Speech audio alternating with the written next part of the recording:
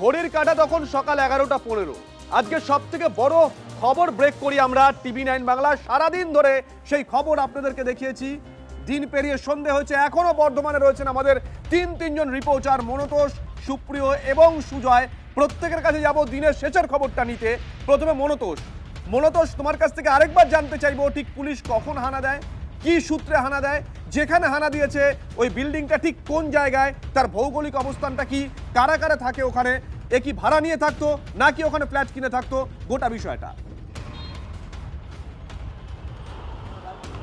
দেখুন শুভজিৎ, গতকাল অর্থাৎ বৃহস্পতিবার সকালে 10টা নাগাদ STF এর টিম এবং স্থানীয় পুলিশ তারা রেনেসা আবাসনে হানা দেয় এবং রেনেসা আবাসনের ঠিক পাশেই একটি জিম আছে। সেই জিমেই সেই সময় হামিম মণ্ডল জিমে গিয়েছিলেন এবং সেখান থেকে তাকে আটক করা হয়, তাকে নিয়ে যাওয়া হয় সেই ফ্ল্যাটে এবং সেখানে তাকে জিজ্ঞাসাবাদ করা হয় এবং গতকাল রাতেই তাকে গ্রেপ্তার করা হয়। এবং তার কাছ থেকে যেটা জানা গেছে যে বিভিন্ন নথি পাওয়া গেছে, মুখ্যমন্ত্রীকে তিনি ফলো করছিলেন এমন সমস্ত নথি তার কাছ থেকে পাওয়া গেছে এবং তারপরেই তাকে সেখান থেকে আজকে বর্ধমান আদালতে পেশ করা হয় এবং 14 দিনের তার পুলিশ রিমান্ড পাওয়া গেছে। এবং এই মুহূর্তে আমি রয়েছি বর্ধমান থানার ঠিক সামনে এবং বর্ধমান থানা এই মুহূর্তে হামিম মণ্ডলকে রাখা হয়েছে এবং পুলিশ তদন্ত শুরু করেছে। এবং এই ঘটনার পরে স্থানীয় যারা বাসিন্দা রয়েছে তারা তো একদিকে যথেষ্ট আতঙ্কের মধ্যে রয়েছে, কেননা ঠিক যেখান থেকে তাকে গ্রেপ্তার করা হয়েছে ঠিক তার পাশেই কিন্তু রয়েছে জাতীয় সড়ক এবং এই জাতীয় সড়কের মাধ্যমে যোগাযোগ কিন্তু একদম অতি সত্বর যেখানে খুশি যাওয়া যায়। এবং যেটা স্থানীয় বাসিন্দারা আরও যেটা জানাচ্ছিলেন যে হামিম মণ্ডল তিনি 23-24 বছর বয়সের একজন এবং তার পাশাপাশি এলাকায় সেভাবে কারোর সঙ্গে মেলামেশা করতেন না, তিনি বাংলায় কথা বলতেন না, তিনি হিন্দিভাষী ছিলেন, যে কারণে কিন্তু স্থানীয় মানুষজনের সঙ্গে তার সেভাবে কোনো রকম মেলামেশা ছিল না। এবং এই ঘটনা সামনে আসার পরে স্থানীয় মানুষজন তারা কিন্তু যথেষ্ট আতঙ্কের মধ্যে রয়েছে, কারণ আমরা দেখেছিলাম 2014 সালে খাগড়াগড় কাণ্ড, খাগড়াগড়ের জঙ্গি থিত এবং তারপরেই জঙ্গি সন্দেহভাজন একজনকে গ্রেপ্তার করা হলো, STF গ্রেপ্তার করলো এবং এই মুহূর্তে বর্ধমান থানায় তাকে রাখা হয়েছে এবং এখান থেকে STF তাকে অন্যত্র নিয়ে যাবে। বারবার এই বর্ধমান নামটা উঠে আসছে। মনতোষ যে কথা বলছিল একটু আগে, আমাদের সহকর্মী তন্ময় প্রামাণিক যেটা বুঝিয়ে বললো যে কেন বর্ধমান বা এই ধরনের জায়গাগুলোকে এরা বেছে নেয়। আসবো, তবে স্থানীয় বাসিন্দারা তারা কতটা আতঙ্কিত কি বলছেন শোনাই। ভয় পাচ্ছি যে কিভাবে বাচ্চা নিয়ে থাকবো। রেনেসা টাউনশিপ একটা এত ভালো, এখানে এত সুন্দর পরিবেশ ভেবে আমরা এসেছিলাম, আজ 10 বছর আছি, তো এরকম হঠাৎ করে যে এরকম হবে সেটা বুঝতে পারছি না কেন কি কারণে। আর যখন ভাড়া দেয়াই হচ্ছে, আমার মতে বলে কি ভাড়া দিলে একটুখানি দেখে শুনে সব কিছু করে বিচার করে করে তারপরে ভাড়া বসানো উচিত। এবং হুটহাট করে এরকম করে ভাড়া দেবে বা করবে, আমি তো দেখিনি, ওই যে ভাড়া দিচ্ছে তাকেও আমি দেখিনি। আচ্ছা, বাড়ির মালিক না, আমি তো তাকে আজ পর্যন্ত দেখিও নি। হ্যাঁ, অনেক ভাড়া আসতেন, মানে এই 2 বছর 2.5 বছর করে ভাড়া থাকতেন এবং ভাড়া এসে 2 বছর 2.5 বছর পর চলে যেতেন সেই ভাড়া যারা থাকতেন। এই ফ্যামিলি 1 মাস 1.5 মাস দেখছি, আর একটু বেশি, আচ্ছা 2-3 মাস, হ্যাঁ এরকম হলো। ওনারা এই 15-20 দিন হলো আগে এসছে, ভাড়াটিয়া এসছে থ্রু ব্রোকার। তো এবার আমাদের সাথে তো পরিচয়ও নেই, যা হবে ব্রোকার যে এনাকে ভাড়া দিয়েছেন তার সাথে কথা বলতে পারেন। উনি বলছিলেন যে উনি নাকি সল্টলেকে আইটিতে সার্ভিস করেন। ওটা হাউস ফ্ল্যাট ওনার, কিন্তু উনি ভাড়াটাতে এসছেন। এই আগের ভাড়াটিয়া চলে যাওয়ার পর 15-20 হলো ম্যাক্সিমাম এই ওরা এসছে। আতঙ্ক তো সবারই মধ্যেই একটা থাকতে পারে যদি কিছু হয়। এ তো আমি এখনই শুনলাম, এ তো আতঙ্কেরই বিষয়। যদি তাকে জঙ্গি সন্দেহে গ্রেপ্তার করা হয় তাহলে তো খুবই আতঙ্কের ব্যাপার। আর বর্ধমানের যে মাল্টি জিম থেকে পাকড়াও করা হয়েছে জৈশ জঙ্গি হামিম মণ্ডলকে, সেই মাল্টি জিমে TV9 বাংলা সকাল সকাল জিম যখন ফাঁকা থাকতো সেই সময় ট্রেনিং করতো হামিম, এমনকি ট্রেনারের সাহায্য সে নিতে রাজি ছিল না। আমার সহকর্মী সুজয় সেই জিমের ভেতর থেকে এই মুহূর্তে আমার সঙ্গে রয়েছেন। সুজয়, আমি জানতে চাইবো এই জিমে এই হামিম যখন ঢুকতো শুনলাম তখন নাকি সে নিজেই চাবি দিয়ে জিম খুলে সেখানে যেত, তখন কেউ থাকতো না, একেবারে ভোর ভোর, ট্রেনারের সাহায্য নাকি নিত না, কি কারণ? পরিচয় লুকানোর জন্য নাকি অন্য কিছু? না দেখো, সাত সকালকেই একদম বেছে নিয়েছিল সাজ্জাদ, পাকিস্তানের সাজ্জাদ গ্যাংয়ের সদস্য এই হামিম। সকালবেলা 6টা নাগাদই জিম খোলা হতো, একদম সকালে সে চলে আসতো। কর্তৃপক্ষ জিম চালু করার পরেই সে একা, যে সময়টা আসতো সেই সময় অন্য কোনো কেউ থাকতো না। যে ভিডিওটা আমরা দেখাচ্ছি, যেটা TV9 বাংলা দেখাচ্ছে বারবার, যে জিমের মধ্যে পুশ আপ করছে, এই সেই জায়গাটা যে জায়গাতে তাকে পুশ আপ করতে দেখা গেছে, এখানেই সে পুশ আপ করতো এবং তার কাছেই যে CCTV ক্যামেরা, সেখানে গোটা বিষয়টা ধরা পড়েছিল। গতকাল ওই সকালেই STF-এর গোয়েন্দারা আসেন এবং তাকে এখান থেকে পাকড়াও করা হয়। অদ্ভুত রকমভাবে যে তার মানসিকতাটা দেখা যাচ্ছে, যে সে সকালটাকে বেছে নিয়েছিল যাতে অন্য কোনো এখানে জিম করতে যারা আসেন তারা উপস্থিত না থাকে। আসার পর যখন ট্রেনার হেল্প করতে চাইতেন, ট্রেনার তাকে সাহায্য করতে চাইছেন, তারও সাহায্য নিত না। কেন নিত না, কেন ফাঁকা সময়টায় খুঁজে নিচ্ছিল সকালটাকে? তার অন্যতম কারণ, যেটা গোয়েন্দারা মনে করছেন, যে জিম করলেও তার পরিচয়, নাম যাতে বেশি মানুষ জানতে না পারে, ট্রেনারও যাতে তার সঙ্গে পরিচিত না হয়, নিজের মতো আসতো, নিজেই জিম করে চলে যেত। মাসখানেক হলো এখানে ভর্তি হয়েছিল জিমের জন্য, তাতেও সে নিয়মিত আসতো না। সপ্তাহে 3 থেকে 4 দিন তাকে দেখা যেত এই জিমে আসতে, এবং মাসখানেকের মধ্যে এখানে এলেও কারোর সঙ্গে কিন্তু তার সেইভাবে পরিচয় বা ট্রেনারের সঙ্গে পরিচয় এখানে হয়নি। এখানে ভর্তি হওয়ার ক্ষেত্রে যে নিয়মগুলি রয়েছে, সে ট্রেনার কিছু বলেছেন যে তিনি কিরকম তার ব্যবহার ছিল, বা ট্রেনারের সঙ্গে কি ধরনের কথোপকথন হতো, কেন সাহায্য নিত না? একেবারে দেখো, ট্রেনার তার তরফ থেকে অ্যাপ্রোচ করতে এবং ব্যবহার সাধারণ মানুষের মতোই ছিল। তার আচরণ, গতিবিধি কোনো কিছুতেই জিম কর্তৃপক্ষ কেন এই আবাসনের কারোরই মনে হয়নি যে তার মধ্যে এরকম একটা ভয়ঙ্কর মানসিকতা, একটা দেশ বিরোধিতা লুকিয়ে রয়েছে। সে যে পাকিস্তানের এই সাজ্জাদ গ্যাংয়ের সদস্য, সাজ্জাদ গ্যাংয়ের হয়ে কাজ করছে, মুখ্যমন্ত্রীকে হত্যার ছক করছে, মুখ্যমন্ত্রীর উপর আক্রমণের ছক করছে, এটা ঘুণাক্ষরেও কেউ টের পাননি।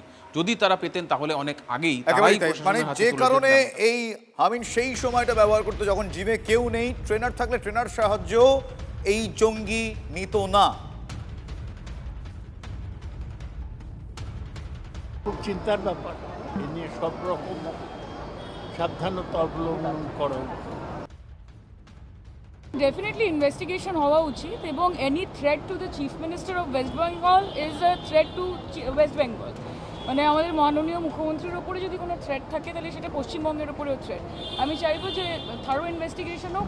অ্যারেস্ট হয়ে গেছে আপনারা বলছেন, এটার সাথে যদি আরও কোনো ডিপ লিঙ্ক থাকে সেটাও যেন দেখা হয়। আর এবার সুপ্রিয়র কাছে যাবো, আমাদের অপর সহকর্মী সুপ্রিয় সকাল থেকে রয়েছে। সুপ্রিয়, এই জঙ্গিকে কোর্টে পেশ করা হয়েছিল এবং পুলিশি হেফাজতের নির্দেশ দিয়েছে আদালত 14 দিন। এখনো পর্যন্ত সোর্স কি বলছে, কোন কোন বিষয়গুলো পুলিশ আধিকারিকরা জানার চেষ্টা করছেন বা এখনো জানা গেছে? দেখো, আমার সহকর্মী মনতোষ কিছু সময় আগেই তোমাকে বলছিল যে 14 দিনের কাস্টাডি পাওয়ার পর তাকে এখন বর্ধমান থানাতে রাখা হয়েছে, এবং যেটা আমরা জানতে পারছি STF সূত্রে, যে আজ রাতেই এই হামিম মণ্ডল তাকে কিন্তু কলকাতাতে নিয়ে যাওয়া হবে, STF এর যে দপ্তর রয়েছে সেখানে, এবং সেখানে নিয়ে গিয়ে তাকে জিজ্ঞাসাবাদ শুরু করা হবে। তবে এখানে আরও যে বিষয়গুলো তদন্তকারীরা ইতিমধ্যেই জানার যে কাজ, যেটা সাইমেন্টেনিয়াসলি চালিয়ে যাচ্ছেন, একাধিক মোবাইল ফোন, ল্যাপটপ থেকে শুরু করে পেন ড্রাইভ, হার্ড ডিস্ক, এমনকি আরও বেশ কিছু নথিপত্র যেগুলো উদ্ধার হয়েছে এই হামিমের ফ্ল্যাট থেকে বা তার কাছ থেকে। এই সমস্ত নথিপত্রগুলো যেমন তারা খতিয়ে দেখছেন, তার পাশাপাশি এই সমস্ত ইলেকট্রনিক ডিভাইস সেগুলোকেও কিন্তু যাচাই করার কাজ চলছে সমান্তরালভাবে। তার কারণ মোবাইলে বিভিন্ন, যেটা আমরা জানতে পারছি, সোশ্যাল মিডিয়াতে হোয়াটসঅ্যাপ, ইনস্টাগ্রাম বা অন্যান্য বিভিন্ন সোশ্যাল সাইটের মাধ্যমে বিভিন্ন নিষিদ্ধ জঙ্গি সংগঠনের সদস্যদের সঙ্গে তার নিয়মিত যোগাযোগ ছিল। কি কথোপকথন হয়েছে, কাদের সঙ্গে যোগাযোগ হয়েছে, এবং কোনো মেসেজ বা টেক্সট যেটা ডিলিট করা হয়েছে কিনা, যদি কিছু ডিলিট করা হয়ে থাকে সেগুলো কি ডিলিট করা হয়েছে, সেগুলোকে রিট্রিভ বা পুনরুদ্ধারের যে কাজ, সেগুলোর প্রস্তুতিও কিন্তু ইতিমধ্যেই শুরু হয়েছে। তার পাশাপাশি কাদের সঙ্গে যোগাযোগ ছিল সেটাই কিন্তু এখন মূলত জানার চেষ্টা করছেন। আরও যে বিষয়টা তাৎপর্যপূর্ণ, যেটা আমরা ইতিমধ্যে STF সূত্রে জানতে পারছি, এই হামিম মণ্ডল, তার উপরে কিন্তু বেশ কিছু দায়িত্ব ছিল। সদস্য সমভাবাপন্ন যে সমস্ত যুবকরা রয়েছে তাদেরকে উদ্বুদ্ধ করা বা তাদের এই ধরনের জঙ্গি সংগঠনের কাজে নিয়োগ করা, এই দায়িত্ব যেমন তার উপরে ছিল, তার পাশাপাশি বিভিন্ন ব্যক্তি মানুষের উপরে নজরদারি চালানো, ইনস্ট্রাকশন মতন তাদের উপরে নজরদারি, তাদের উপরে রেকি করা।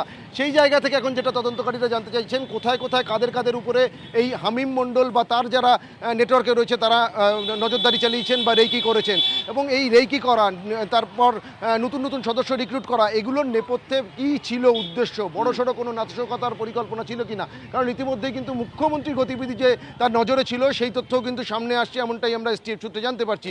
সেই জায়গা থেকে মুখ্যমন্ত্রীর উপরে হামলার কোনো রকম কোনো পরিকল্পনা ছিল কিনা, এ ধরনের বিভিন্ন বিষয় বা বিভিন্ন দিক কিন্তু তদন্তকারীরা খতিয়ে দেখছেন। নজর থাকবে, নজর রাখো। আর এই মুহূর্তে চাঞ্চল্যকর একটা তথ্য আমাদের সামনে এসে পৌঁছেছে। পুলিশ বা সিআরপিএফ এর পোশাক মানে নকল পোশাক পরে মিশে গিয়ে বাহিনীতে মিশে গিয়ে মুখ্যমন্ত্রীর ওপর হামলার ছক ছিল কি এই হামিমের? এই প্রশ্ন কিন্তু এই মুহূর্তে বড় আকার ধারণ করেছে। তার কারণ ধৃত জৈশ জঙ্গি হামিমের ফোন ঘেঁটে চাঞ্চল্যকর তথ্য পেয়েছে বেঙ্গল এসটিএফ। অনলাইনে পুলিশ ও সিআরপিএফ এর জওয়ানদের মতো পোশাক অর্ডার করেছিল হামিম। বাহিনীতে মিশলেই মুখ্যমন্ত্রীর কাছে যাওয়া সম্ভব, তাই কি এই পোশাক কিনেছিল হামিম মণ্ডল? এই মুহূর্তে এই প্রশ্নের উত্তর খোঁজার চেষ্টা করছেন এসটিএফ এর তদন্তকারীরা।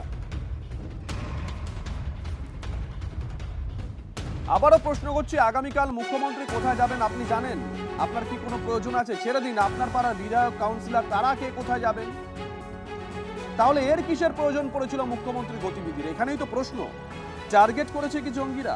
মন্তব্যে নারাজ মুখ্যমন্ত্রী। অতি সংবেদনশীল বিষয়ে মন্তব্য করব না।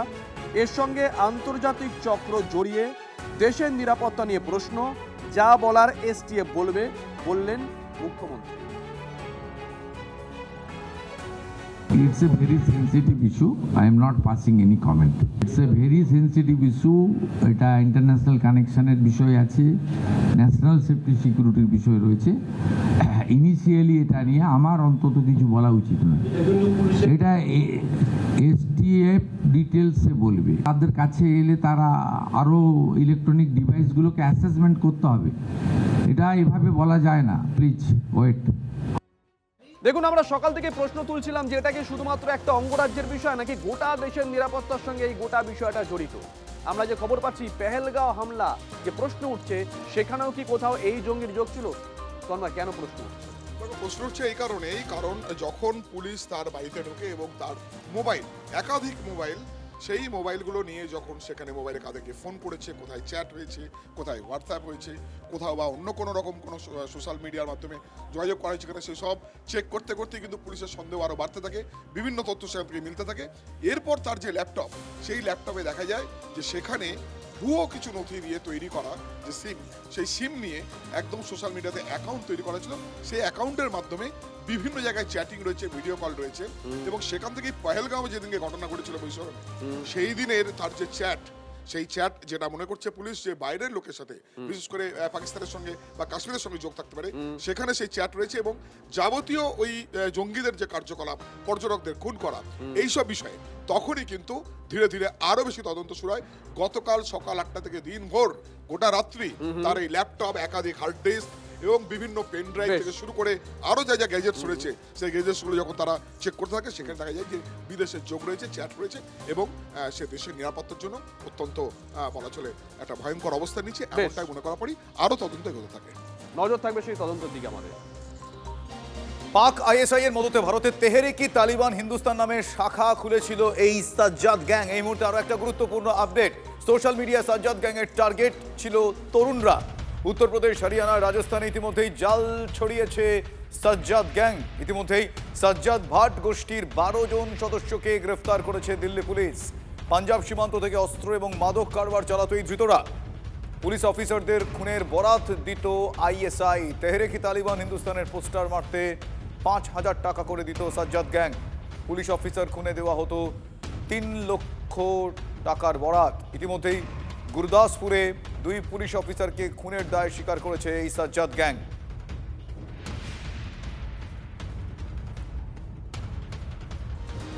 হাওড়ার পিলখানায় থাকতো এই ধৃত জঙ্গি হামিম মণ্ডল, যার কথা বলছিলাম। হাওড়ার গেঞ্জি কারখানায় কাজ করতো সে। 2 মাস আগে বর্ধমান গিয়েছিল।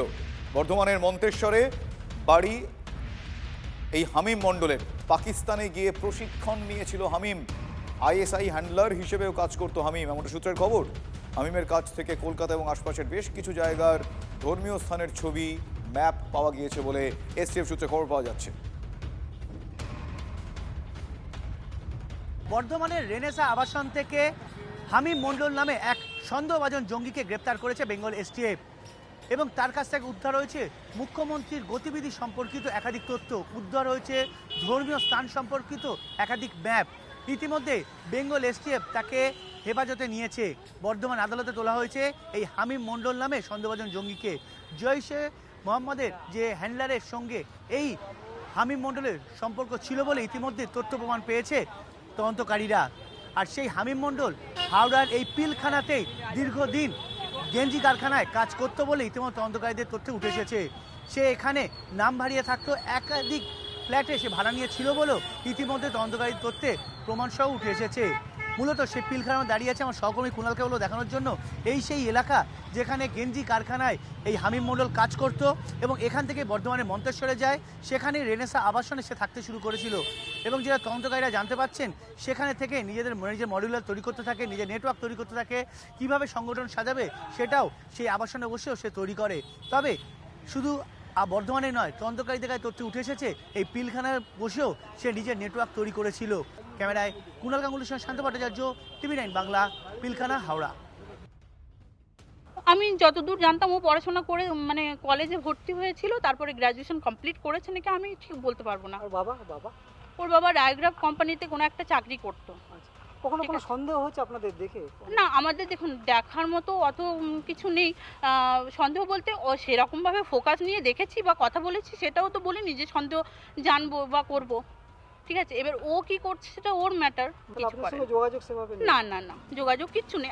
আপনি যাকে এখানে আসলে সবাই তো দেখতে পেতো না। পরবের মধ্যে এলো তখন দেখতাম একটু মোবাইল নিয়ে গেম খেলতো আর খেলতো, তাছাড়া আদার্স কোনো কথাবার্তা সেরকম হতো না।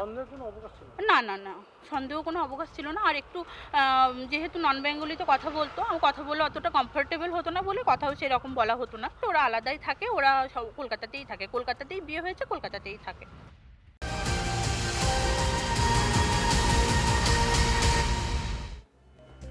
আবার বছর 20 পরে তসলিমা নাসরিন কলকাতায় কি বললেন তিনি আমাদের, শুনুন। মাঝখানে 20টা বছর পার হয়ে গেছে, তারপরে আবার তার প্রিয় শহর কলকাতাতে এসেছেন তসলিমা নাসরিন। TV9 বাংলায় আপনাকে অনেক অনেক স্বাগত। হ্যাঁ, অনেক ধন্যবাদ।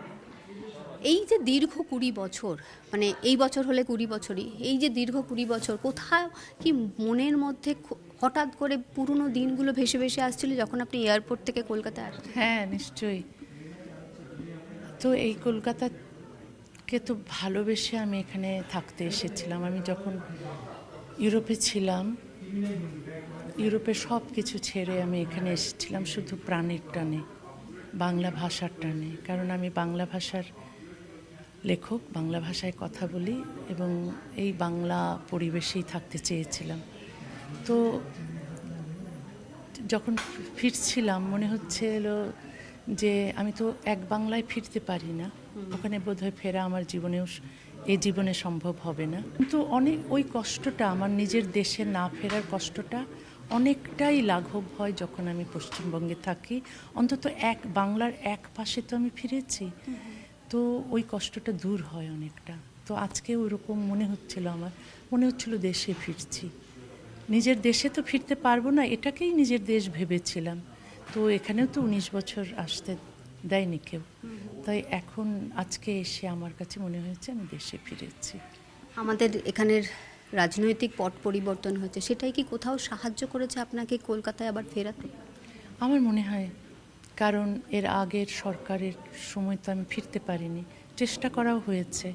আমি খোলা চিঠি লিখেছি, আর যে অর্গানাইজেশন আমাকে এখানে এনেছে তারাও চেষ্টা করেছিল যে নিরাপত্তা পাওয়া যায় কিনা, কিন্তু পাওয়া যায়নি, সেজন্য আসতে পারিনি। তো এইবার আসতে পেরেছি, নিশ্চয়ই এটা বাক স্বাধীনতার জয় হয়েছে, মত প্রকাশের অধিকারের জয় হয়েছে, এবং এটা যেন দীর্ঘস্থায়ী হয়, অথবা এটা যেন সবার জন্য হয়, শুধু আমার জন্য নয়। আর সব লেখক যারা তাদের ভিন্ন মত প্রকাশ করে, আর যে লেখক মুক্তচিন্তক লেখক বা শিল্পী, তাদের যেন নিরাপত্তা থাকে, তাদের যেন কেউ কারাগারে নিক্ষেপ না করে তাদের ভিন্ন মতের জন্য, তাদের যেন কেউ নির্বাসনে না পাঠায় তাদের ভিন্ন মতের জন্য, তারা যেন নিরাপদে তাদের দেশে তাদের ভাষার মধ্যে থাকতে পারে। পশ্চিমবঙ্গে যেই দিনটাতে আপনার মনে হয়েছিল, যেই দিনটাতে আপনাকে বলা হয়েছিল কলকাতা ছেড়ে চলে যেতে, সবার আগে কার কাছে সাহায্য চেয়েছিলেন, কি মনে পড়ছে সেই দিনটা প্রথম ফোন কাকে করেছিলেন? আমার সে মনে নেই প্রথম ফোন কাকে করেছিলাম, তবে আমার বিশ্বাস হয়নি। আমাকে বলা হয়েছিল তুমি জয়পুরে যাও কিছুদিনের জন্য, তারপর ফিরে আসবে। আসলে তো আমাকে একেবারেই তাড়িয়ে দেওয়া হয়েছিল। আমাকে তাড়ানো কিন্তু শুধু সেই দিন হয়নি, 22শে নভেম্বর 2007 নয়, তার অনেক আগে থেকে আমাকে বলা হচ্ছিল চলে যেতে। আমাকে এমনকি গৃহবন্দী করাও হয়েছিল যেন আমি, হ্যাঁ, তবে আমি সেই পুরনো কথা মনে করতে চাই না, দুঃখের কষ্টের কথা মনে করতে চাই না, আনন্দের কথাই ভাবতে চাই যে আমি যে ফিরে এসেছি, ফিরে আসতে পেরেছি, এটাই বাক স্বাধীনতার জয়।